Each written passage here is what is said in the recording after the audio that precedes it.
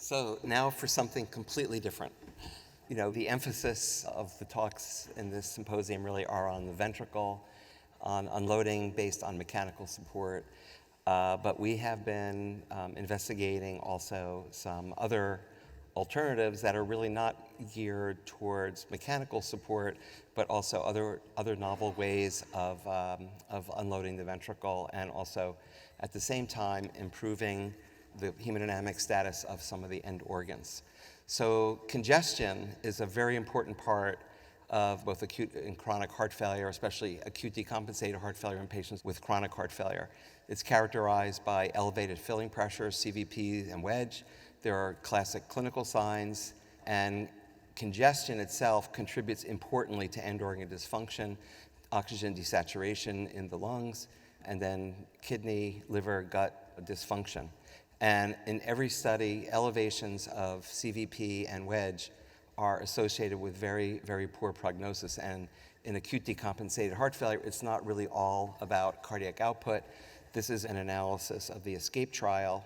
And what you can see here, these are patients who were admitted with acute decompensated heart failure, and prognosis was very tightly correlated to the last values of either right atrial pressure or pulmonary capillary wedge pressure, as you see here. And the final levels of cardiac output really did not signify any prognostic implications. So congestion is very bad in many ways. We know that elevations of CVP in particular here are implicated in reducing, for example, renal function. This has been known for quite a long time. The higher the CVP in patients with acute decompensated heart failure, the lower the GFR. So this is just one example of how elevations of CVP independently can contribute to end organ dysfunction. Now, there are many ways that we have to decongest patients, including diuretics, which are, of course, all patients get this. There's ultrafiltration, vasodilators, and inotropes. But still, despite this, we can see that many patients leave the hospital in a congested state. And again, leaving the hospital in a congested state is also one of the important factors for prognosticating repeat hospitalizations. So there is now a significant effort underway to develop techniques to reduce congestion, meaning to decrease wedge CVP and wedge pressure in acute decompensated heart failure. And we came up with an acronym called DRIPS. So we're trying to enhance in one way or another urine output. And you see here the nicknames for the various mechanisms: dilators, removers, for example, diuretics. There's efforts trying to enhance lymphatic duct decompression of the end organs. Pushers is what we refer to as like some of the efforts that are trying to increase the arterial pressure, to increase, for example, renal arterial pressure. Then we have the pullers, which are trying to decrease the venous pressure to, again, the bottom line here is to increase the gradient between the renal artery and the vein. And then there are also efforts for selective drug infusion of vasodilators that will reduce renal vascular resistance, again, to improve renal blood flow and therefore enhance diuresis. So the one of these that I wanted to talk to you about is this concept that also has been developed from Naveen's laboratory of intermittent superior vena cava obstruction. So, of course, if you obstruct the venous return to the heart, you're going to ultimately reduce the wedge pressure. Now, there are two cavae. There's the superior vena cava and the inferior vena cava. And the trick to this is that you want to obstruct one or both of these vessels, but you don't want to compromise systemic perfusion.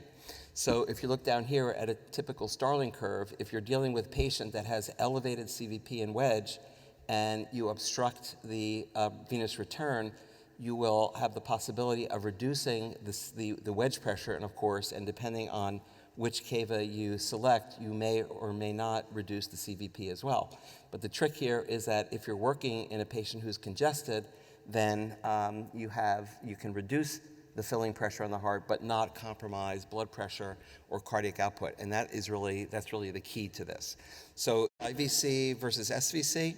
Well, with the IVC, which carries a majority or a larger portion of the venous return, if you obstruct the inferior vena cava, We use this in an experimental sense to markedly reduce blood pressure to measure the end-systolic and end-diastolic pressure volume relationships. We know that this would be quite too potent, probably a way to reduce wedge, because we would have compromise in blood pressure and cardiac output. And then maybe even more importantly, if we occlude the inferior vena cava, we're going to do kind of the opposite of what we want, which is to increase the venous pressure in the end organs. So what about the superior vena cava? Well, the superior vena cava carries a lower amount of the venous return. It could be potentially occluded with less impact on blood pressure and cardiac output. In this case, then, if we reduce this, the return here, we have the potential to reduce, actually, the filling pressures in the inferior part of the vena cava, and also then the end organs. And the only thing that we have to worry about then is there'll be an elevation of cerebral pressure. So these are experiments that were done in Naveen's lab in a preclinical model comparing SVC to IVC occlusion. The IVC occlusion is on the left, and the SVC occlusion is over here on the right. And what you can see is that IVC occlusion will markedly decrease cardiac output and systolic pressure, meaning the arterial blood pressure, as well as reducing the end-diastolic pressure, which of course is closely related to the wedge pressure. SVC occlusion, on the other hand, is really not associated with a major change in the cardiac output or the blood pressure, but still you achieve a significant drop in the end-diastolic pressure. So based on these and some other preclinical work, there was a device that was developed to achieve intermittent superior vena caval occlusion with a system that inflated a balloon that was placed on basically, in essence, a modified Swan-Ganz catheter.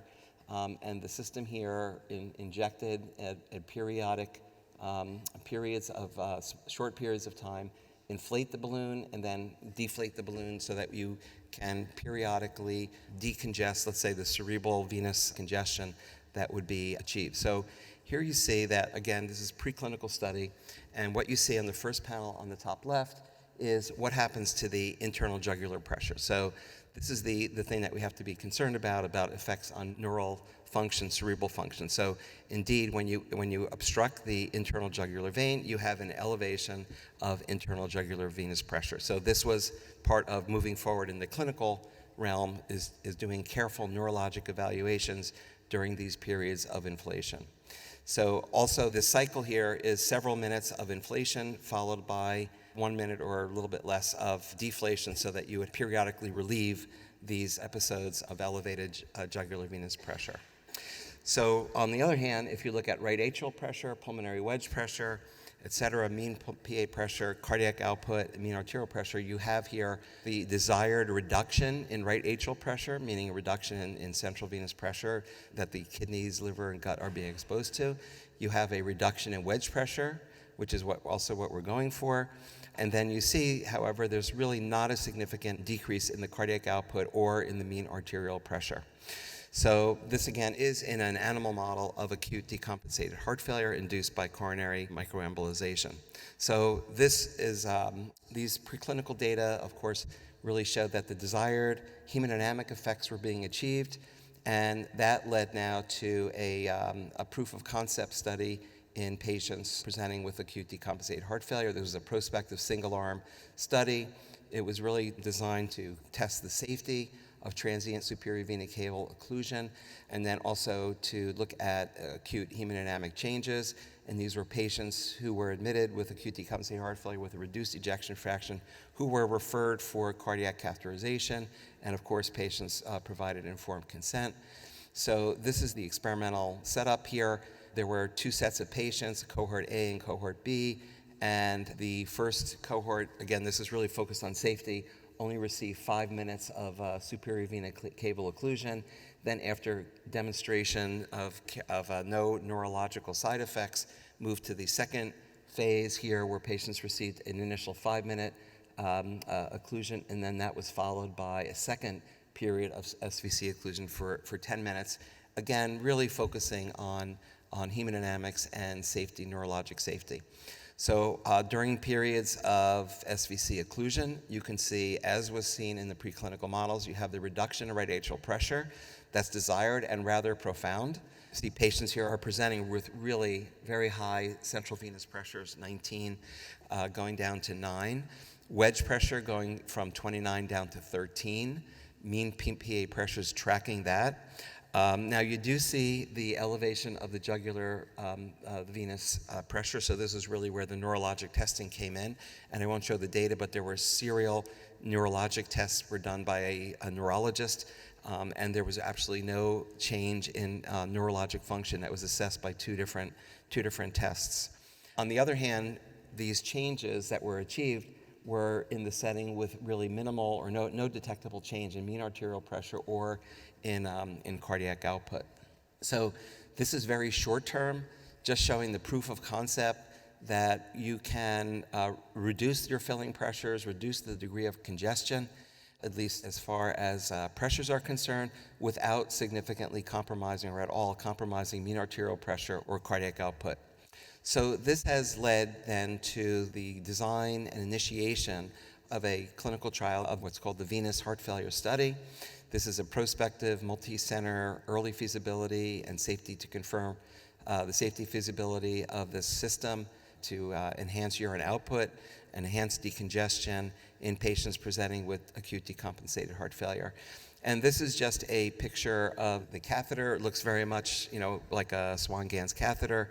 It has this balloon that is inflated and deflated according to the console that this is hooked up to. And here you see there's the first patient that's been treated in this study. You see here the balloon that's inflated in the SVC. You see the rest of the catheter there looking very much like a swan. And this is just a picture of the first patient that was treated. The balloon maintained stability for 12 hours. And again, this balloon is cycling up and down periodically throughout this 12-hour period. And these are just some of the results from the very first patient that have been treated. Right atrial pressure baseline, 13 millimeters of mercury. During the period of the therapy, we see here that the CVP has gone down to 6. And then also, very importantly, at the end, when the device is stopped, you see that the CVP is now 8. So there seems to be a significant therapeutic, if you will, therapeutic effect. And similarly, the pulmonary wedge pressure, 24 to start and 16 after at the end of the therapy. Also, pulmonary pressures drop similarly, but the cardiac output during the therapy and following the removal of the device really did not change, and similarly, the blood pressure was really not significantly altered. And this then shows the urine output of this patient. And this again is just the first patient. The therapy starts over here, and you see that the urine output was progressively increasing, and this is the urine output per hour, and this is then the accumulated urine output. So this really is the bottom line, is compared to a control group that's receiving comparable doses of diuretics, can this form of therapy that decongests the kidneys, the liver, the gut, can that actually enhance diuresis? So in summary, venous congestion is a very important prognostic indicator in acute decompensated heart failure and as well in cardiogenic shock. It contributes to impaired end organ function. Multiple mechanisms are being developed, multiple devices that attack different mechanisms are being developed to reduce venous congestion. And intermittent SVC occlusion at this point appears to be safe so far, reduces CVP and wedge, both acutely and after the end of the therapy, preserves blood pressure and cardiac output, and appears to increase urine output. Thank you. Yeah, thank you, Dan, for this interesting presentation. Reminds me of almost of the name of the company PreCardia. We worked together about 20 years ago. But occlusion of the IVC and SVC is actually an old surgical trick. If you are doing cardiac surgery and you come off bypass, but you have a severe bleeding somewhere, and it's an old trick to occlude the IVC and then get the pressure down and control of the bleeding and then take the clamp away. So it's pretty interesting.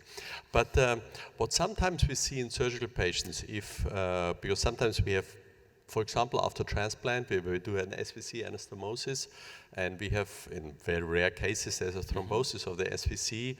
We do see a clinical correlate by, swelling of the upper extremity, swelling of the head, and so what's your, I know you did some neurological testing, but is there a concern, or what are your thoughts on that? Yeah, so I think a key part of the therapy is that this occlusion is very intermittent. Yeah. So I forget the duty cycle. I think it's 5 minutes up and then 30 seconds down, something like this. So that 30 seconds down really decongests, allows for peripheral runoff during that period of time. Yeah. So and the key really has been the serial neurologic testing to make sure there's no consequence. And obviously you need to heparinize the patient during that. I see. Very interesting. Questions from the audience. There are several questions. Very ingenious study. Have you looked at GFR off of diuretics to actually see whether you are unloading the kidney? Right. So right now, there's been one patient that has really received the therapy. It's really not, and this is really now, don't forget, an early feasibility, non-randomized study. So we do have to look at renal function, but what I can tell you is looking at other therapies, to my understanding, like from this list of things that have been started to be looked at, many of these therapies increase urine output, but not GFR. So I don't know what we might expect from this, but that's what some of the experience has been, at least in preclinical models of acute decompensated heart failure. So there seems to be a dissociation between GFR and urine output. So our immediate concern, of course, is decongest. So we'll have to see where some of these therapies wind up. Dan, thanks very much for the presentation. It's really exciting, novel therapy. Could you theorize what would be the benefit of using this mechanical preload reduction rather than just a venodilator, an IV venodilator? Is it more efficacious, or why do you think that might be beneficial? Well, I think that what we know is venodilators and therapies that we're using now can have the potential for hypotension.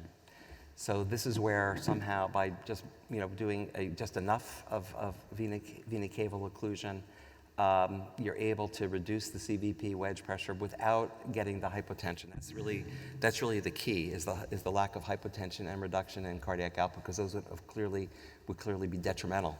Because in the end, what seems to be is the pressure gradient across the kidney. For example, if we focus on renal function, we're not talking about liver and gut, but I think it's the combination of the pressure difference and the resistance of the renal vasculature, which is determining the amount of urine output. So with the venodilators, they're part of the DRIPS mechanism, and I think the risk is the hypotension. Dan, thanks for this amazing data. I was wondering, are there any changes to LV and RV dimensions and ejection fraction? I don't think those have been looked at this point, either RV dimensions or left ventricular ejection fraction. They have not really been looked at. I mean, really, it's really just really at the very earliest stage of a pilot study, basically. Thank you very much for the elegant study. Two questions. Can this be used in tandem with Impella to reduce the p-value, like from P8 coming down to P4 and P2 for that matter? And the other question is that, could this be designed in a way that you have a corner, basically the balloon is occluded, but you also have perfusion, pretty much like the old days when we used to do PTCA with perfusion balloons. So you don't have to go up and down, and we don't have to worry about the cerebral edema and so forth. Well, the first question, could this be used with Impella? Of course, there's nothing that precludes it, and in fact, some of the concepts are combining this with Impella to really unload the left ventricle and maintain cardiac output and blood pressure. So there's nothing, obviously, that would restrict the use. But I'm not sure I understood the second question, a perfusion balloon. So I guess what that would amount to is as opposed to a full occlusion, it would just be a restriction that would increase the resistance to flow from the SVC. And I'm not sure that, it's something that could be considered. I'm not sure that it would achieve the same degree of reduction of central venous pressure and wedge that we're going for. But I think it's certainly something to consider. Thanks.